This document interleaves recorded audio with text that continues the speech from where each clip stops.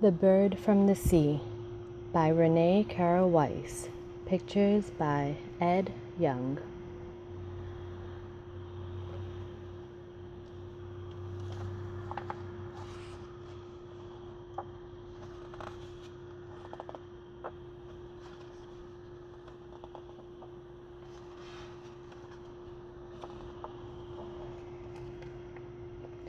Do you know what the most beautiful bird in the world looks like? Well, when this bird sings, his wings are as blue as the sky, and his tail is as gold as the rays of the sun. But when he soars above the water, his wings spread out like a rainbow, and his body changes colors like a shadow on the sea. Now one day, a gamekeeper and his daughter Debbie saw this bird as they were walking through the woods. Debbie cried, "There's the seabird!" And she ran to the foot of a sparkling poplar tree. "He's lost." "You lost the bird you see?" asked her father. No, it's the captain's seabird," said Debbie. "You know, the captain who lives by the sea. He whistles, and that bird comes flying out of the sky, and he lands right on top of the captain's turban." "Oh, you mean it's a bird from the sea," said the gamekeeper, and he stopped to look. Oh my, that's a pretty bird," he exclaimed. "In fact, that's the prettiest bird I've ever seen, and he's not lost because you just found him." Quite suddenly, he grabbed Debbie by the hand and began to run. "He'll never be lost again, but we must get help. We are going to catch that bird for our zoo," he declared as he rushed to town. "You have found perhaps the most beautiful bird in the whole world, and our town shall have him." The door was open, so straight into the mayor's office they dashed. "Help, help," the gamekeeper burst out. Debbie saw him, down by the sea. "He's up in our woods. He's like a flying rainbow. We must catch him at once or he'll get away." They seemed quite alone in that room piled with books and papers until a voice called out, "You can't catch a rainbow, and I can't catch one word you're saying, so please calm yourself. Then fill out the papers. Mayors don't understand anyone until they fill out papers." "What papers?" panted the gamekeeper. "Oh, sir, where are you? We haven't time. It's Debbie's bird, the most beautiful bird in the whole world." All at once, over the top of a stack of scrolls and papers, up popped the mayor. "Oh, it's a bird," he cried. "The most beautiful bird. But why didn't you say so? Just last night I dreamed of him." "Really?" exclaimed the gamekeeper. "You dreamed of the blue bird with the golden tail?" "Golden?" repeated the mayor. Then he thought a moment. I was sure he was silver with speckles. However, it doesn't matter.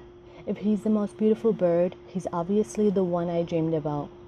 I assure you, I wouldn't have dreamed of any other bird. I'm never mistaken.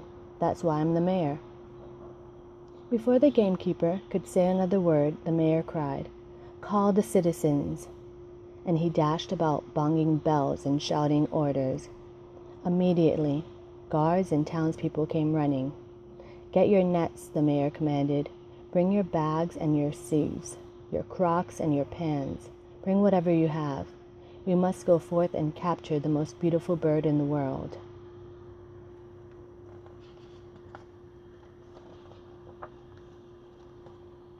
No sooner said than done. In a matter of minutes, the entire town had marched off to the woods. Now, through the leaves, the seabird could hear the people approaching. He was delighted. He thought they had come to watch him perform, so he twittered and tweeted and trilled. And from his great height, he swooped and somersaulted, catching bugs and flies. But little by little, he noticed that no one was listening to his songs. What is more, no one was pleased by his tricks. Then he saw the bags and nets and people surrounding him on all sides. At once his singing stopped, his game stopped, and his heart beat very fast. Debbie was watching him. The bird, she thought, he's frightened, and before she knew it, she had stepped out and whistled, "Wee, wee, oh wee," just like the captain who lived by the sea. Instantly, there was a swoop and a flutter and a streak in the air. When the crowd looked around, there was the bird perched on Debbie's shoulder.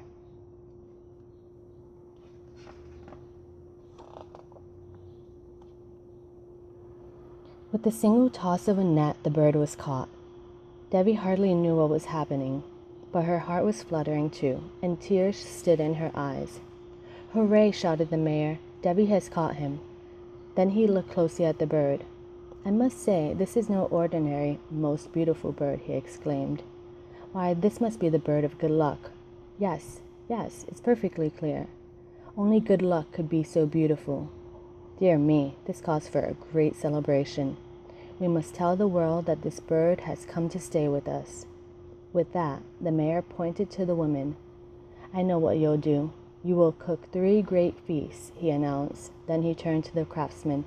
"You will make a magnificent cage," he turned to the children, "and you will provide entertainment. For tomorrow we must honor this bird as no bird has ever been honored before."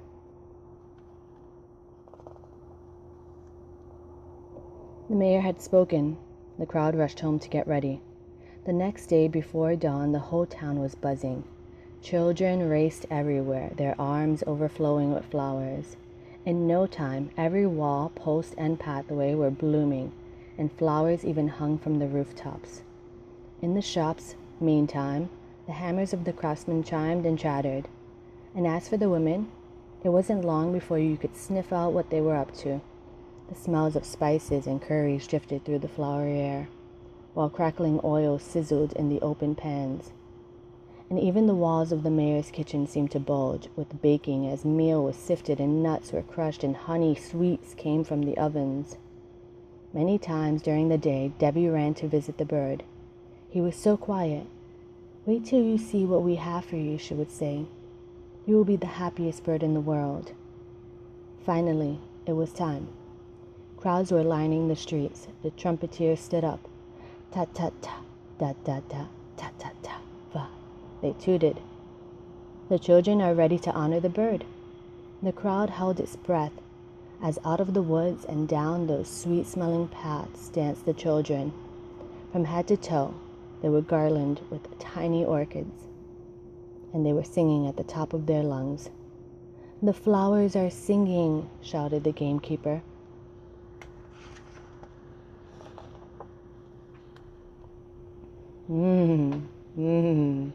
Said the mayor, nodding his head. "This is exactly the way children should honor a bird." Immediately, another ta-ta-ta, da-da-da sounded. The parade came to a standstill as 2 white horses appeared pulling a wagon with the bird of great beauty in his new cage. "What a bird," one man whispered. "What a cage," someone answered. "Why, that carpet is velvet, and the floor is inlaid with ivory. Look! There's a brocaded satin pillow and a gold ceiling. And those bars are pure gold. Did you ever see such a cage to honor a bird?" "It's the most beautiful cage in the world," shouted the mayor. "The only cage possibly possible for the most beautiful bird in the world." When the carriage had passed, the crowd fell into step behind it and marched to the hall where the first banquet began. Great steaming curries were brought in and honeyed fruits and sweets. From each dish, the bird was given the first serving.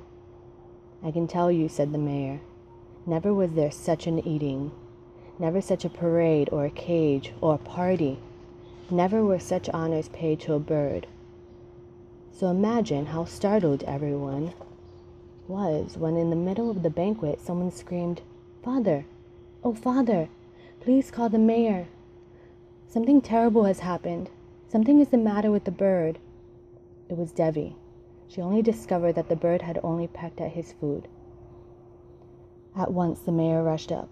"What is it?" he cried as he looked at the bird. Then he sighed. "Tut, tut, Debbie. This is nothing to scream about. The bird is just tired. A chase, a parade, and a feast are too much for one little bird. We will let him have a good rest, and you'll see. Tomorrow he'll twitter and tweet and eat as much as any of us." The bird looked up. Debbie wiped her eyes. Everyone was happy again. The next evening came. Bells tinkled. The air was filled with the hum of stringed instruments, and the bird sat in his cage at the head of the table. But he hung his head through all that sweet music, and again he ate none of the food. The bird, cried Debbie. "He still isn't eating." "My word, I know what's the matter," exclaimed the mayor, clapping his hand to his head. "Naturally. Seabirds eat fish. Why didn't we think of that? Oh, my dear friends, what would you do without me? You'll see. Tomorrow the bird will eat enough fish for 3 feasts." So the following night, all kinds of fish were served, and spices and herbs, poached, baked, and broiled. And for dessert, a sweet was brought in that was shaped like a fishbowl, and gleamed with waves and sparkling fish. But do you think the bird touched the fish or the sweet? Oh no. In fact, by the end of the evening, he was huddled sadly against the bars of the splendid cage, his head hidden under a wing. He was shivering and very thin. "Oh, the poor bird," cried Debbie. Now even the gamekeeper was very upset. "Stop the celebration," ordered the mayor. "Plainly, something is the matter. But don't be alarmed. We will certainly cure him. Call the doctors. They'll know what to do for the bird." "What has happened?" people asked as the doctors, 3 long-bearded gentlemen, strode through the crowd. Now the first doctor bent to examine the bird. "Aha," he said solemnly as he listened to the bird's chest. "It's a rare illness, I can tell you. If it stops the heart, it will stop it dead." But then he stood up and smiled. "However, don't worry." He tapped his black bag. "Here I have all kinds of pills I will give him. In a few days we will know. You see, if a bird lives, one of my pills will definitely have cured him." "What? A few days? We can't wait a few days," cried the mayor. "This is the bird of good luck, and good luck can't be ill luck for even a few days." He turned to the next doctor. "Of course you'll cure our bird." The second gentleman peered at the bird's closed eyes. "Oh-ho," he declared. "I see it clearly. Something unpleasant is at the bottom of this. But now that I'm here, I will meet with the bird 3 times a week. After the bird has seen me, his eyes will be opened. He will see his trouble, and once he sees it, he will see that it isn't whatever it is that he sees." "Sees what?" asked the mayor. "Oh, I don't understand, but whatever it is you're saying will also take time. And of that, I must tell you, we haven't any." Finally, the mayor called the third gentleman. "You are the last one," he said. "Surely you will heal our bird this very minute, if not sooner." The third doctor paged through his big leather book. He began slowly. "If the life of a bird must come to an end," he paused and pulled at his beard. "And if it must come to an end somewhere," he looked up into the sky, "then this might well be the very spot where the life of this bird must come to an end." "Come to an end?" cried Debbie. "Come to an end?" repeated the mayor and the townspeople. "But the captain. We can call the captain." It was Debbie, tugging on the mayor's coattails. "He'll know what to do for the bird." "Captain?" asked the mayor. "What captain?" "The old man," answered the gamekeeper. "Debbie told me about him. He lives by the sea. The bird used to come when he whistled and sit on his turban. He's an old sea captain."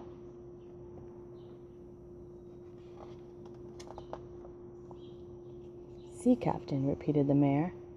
"But I've already called on my wisest men. What can a sea captain tell us?" "Nevertheless," the mayor stopped to scratch his ear, "when you think about it, what do we have to lose?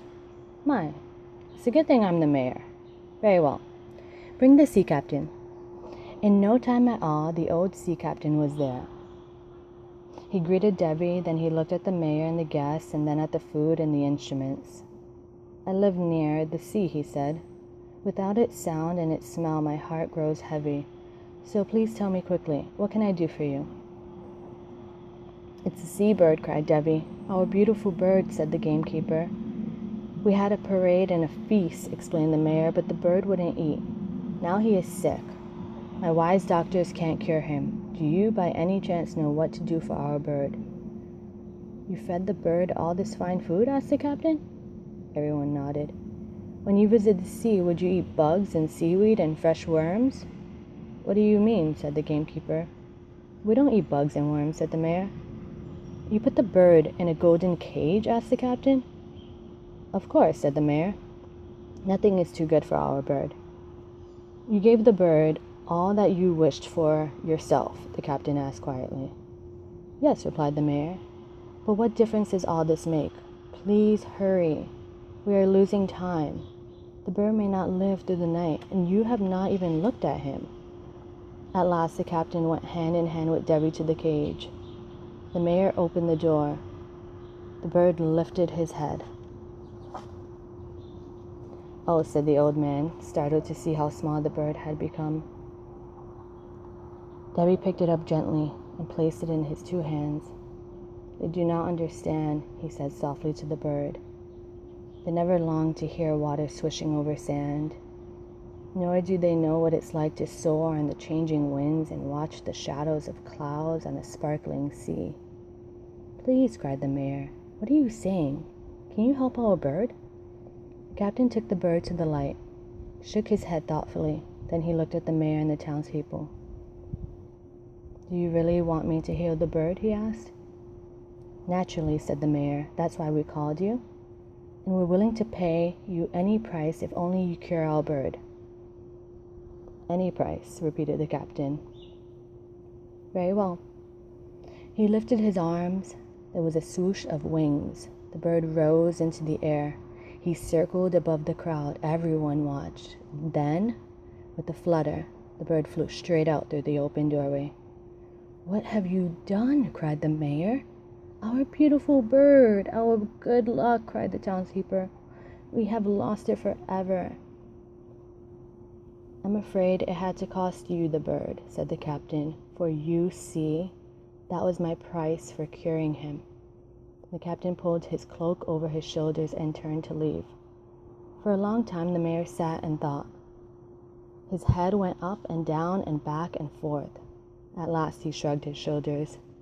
"Ah, well," he sighed, "we have had a fine celebration. We have honored the bird as no bird has ever been honored before. And we shall always remember the parade and the cage and the feast and the beautiful seabird who came to visit us. Besides, it would not have been right to have kept good luck all to ourselves forever." All at once the mayor jumped to his feet. "My word," he cried, clutching his head. "My papers! I must get back to my desk.